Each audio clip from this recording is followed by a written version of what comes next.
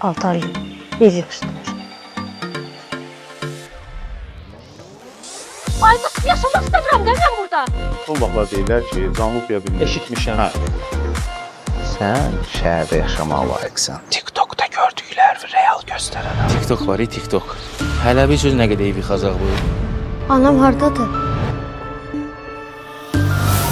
Bullying əsrimizin ən böyük bəlalarından biridir. Və bullying sözünün açıqlaması qısa olaraq bunu demək istəyirəm ki, güclü tərəf zəif tərəfi əzmək istəyir.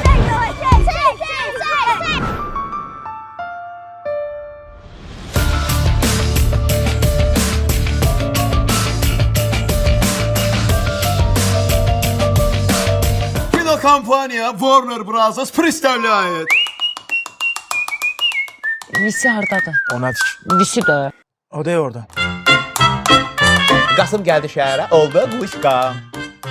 Bir həftəyə sizi dünyanın ən məşhur tüftü eləyəcəm. Hə, siz ekranı tıklayan çox uca. Bu gülləri sizə almışam. Adə, sizə yox, sənə. Salam.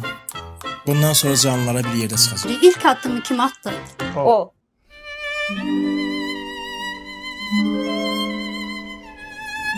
Qasım bəy şou biznesdədir. Şor.